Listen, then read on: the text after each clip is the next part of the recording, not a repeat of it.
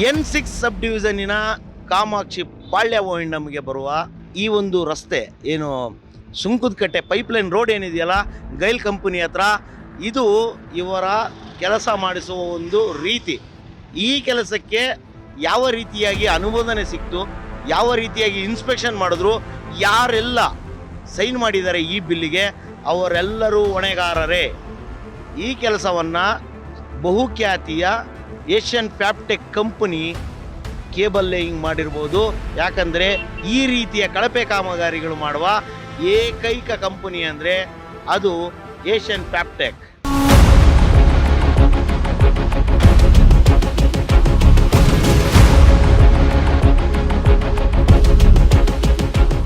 N6 ವ್ಯಾಪ್ತಿಯ Sunkadakatte pipeline ರಸ್ತೆಯಲ್ಲಿ ಒಂದು ಕಾಮಗಾರಿ ನಡೆದಿದೆ. ಕಳೆದ 5-6 ವರ್ಷಗಳ ಕೆಳಗಡೆ ಈ ಕಾಮಗಾರಿ ಮಾಡಿರ್ಬೋದು.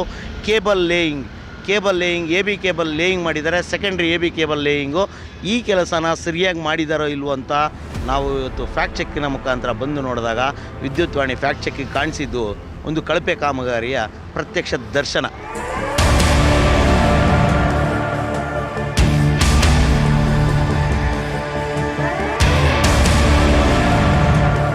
ಆ್ಯಕ್ಚುಲಿ ಒಂದು AB ಕೇಬಲ್ನ ಲೇ ಮಾಡೋದು ಹೆಂಗೆ ಅಂದರೆ, ಮೊದಲಿಗೆ 9 ಮೀಟ್ರು ಅಥವಾ 8 ಮೀಟ್ರ್ ಪೋಲಿಗೆ ಒಂದು ಕ್ಲಾಂಪ್ ಹಾಕಬೇಕು.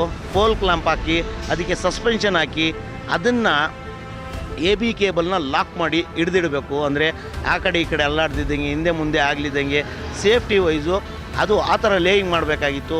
ಆದರೆ ಇಲ್ಲಿ ಕೆಲಸ ಮಾಡಿದಂಥ ಬಹುಕೋಟಿ ಗುತ್ತಿಗೆದಾರ ತನಗೆ ಬರಬೇಕಾದ ಲಾಭನ ಮಾತ್ರ ನೋಡ್ಕೊಂಡು ತಾನು ಯಾವ ರೀತಿ ಕೆಲಸ ಮಾಡಬೇಕು ಅದನ್ನು ಮಾಡದೆ ಕಳಪೆ ಕಾಮಗಾರಿಗಳನ್ನು ಮಾಡಿ ಹೋಗಿರ್ತಾನೆ.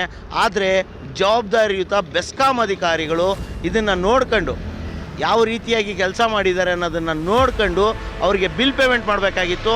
ಕಳೆದ 5-6-7 ವರ್ಷಗಳ ಕೆಳಗಡೆ ಈ ಕಾಮಗಾರಿ ಸಂಪೂರ್ಣ ಆಗಿರೋದ್ರಿಂದ ಈ ಒಂದು ಕೆಲಸಕ್ಕೆ ಪೂರ್ಣ ಪ್ರಮಾಣದಲ್ಲಿ ಹಣವನ್ನು ಸಹ ಬೆಸ್ಕಾಂ ಇಲಾಖೆ ಕೊಟ್ಟಿರುತ್ತೆ.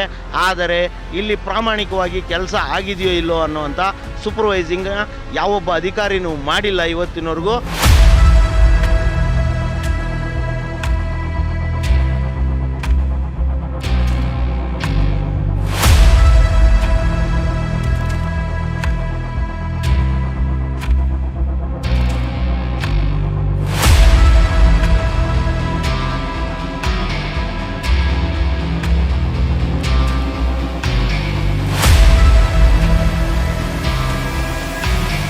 ಒಟ್ಟಾರೆಯಾಗಿ ಒಬ್ಬ ಬಹುಕೋಟಿ ಗುತ್ತಿಗೆದಾರನ ಗುಲಾಮನ ರೀತಿಯಲ್ಲಿ ಬೆಸ್ಕಾಂ ಅಧಿಕಾರಿಗಳು ನಡ್ಕತ್ತಿರಬೇಕು. ಹಂಗಾಗಿಯೇ N6 ಸಬ್ ಡಿವಿಷನ್ ವ್ಯಾಪ್ತಿಗೆ ಬರುವಂಥ ಕಾಮಾಕ್ಷಿ ಪಾಳ್ಯ ONDMನ ಏನು ಈ pipeline road Sunkadakatte pipeline road GAIL gas company limited ಹತ್ರ ಈ ಒಂದು ಕಾಮಗಾರಿ ಮಾಡಿದ್ದಾರೆ.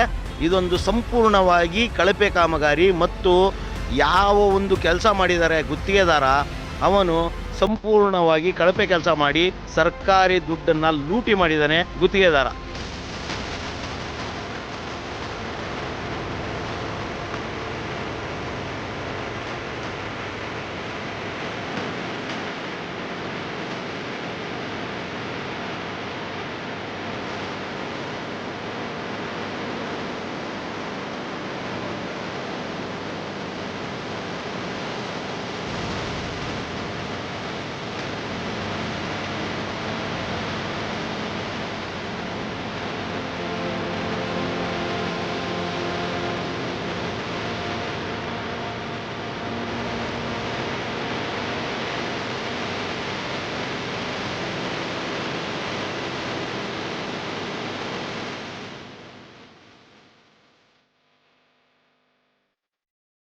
ಒಟ್ಟಾರೆಯಾಗಿ ಸರ್ಕಾರಿ ಅಧಿಕಾರಿಗಳು, ಬೆಸ್ಕಾಂ ಅಧಿಕಾರಿಗಳು ಲಂಚದ ಆಸೆಗೆ ಬಿದ್ದು ಯಾವ ರೀತಿಯ ಕೆಲಸಕ್ಕಾದರೂ ಅನುಮೋದನೆ ಕೊಡ್ತಾರೆ ಅನ್ನೋದಕ್ಕೆ ಇದೊಂದು ಸಂಪೂರ್ಣ ಮತ್ತು ಪ್ರತ್ಯಕ್ಷ ನಿದರ್ಶನ ಅಂತ ಹೇಳ್ಬೋದು.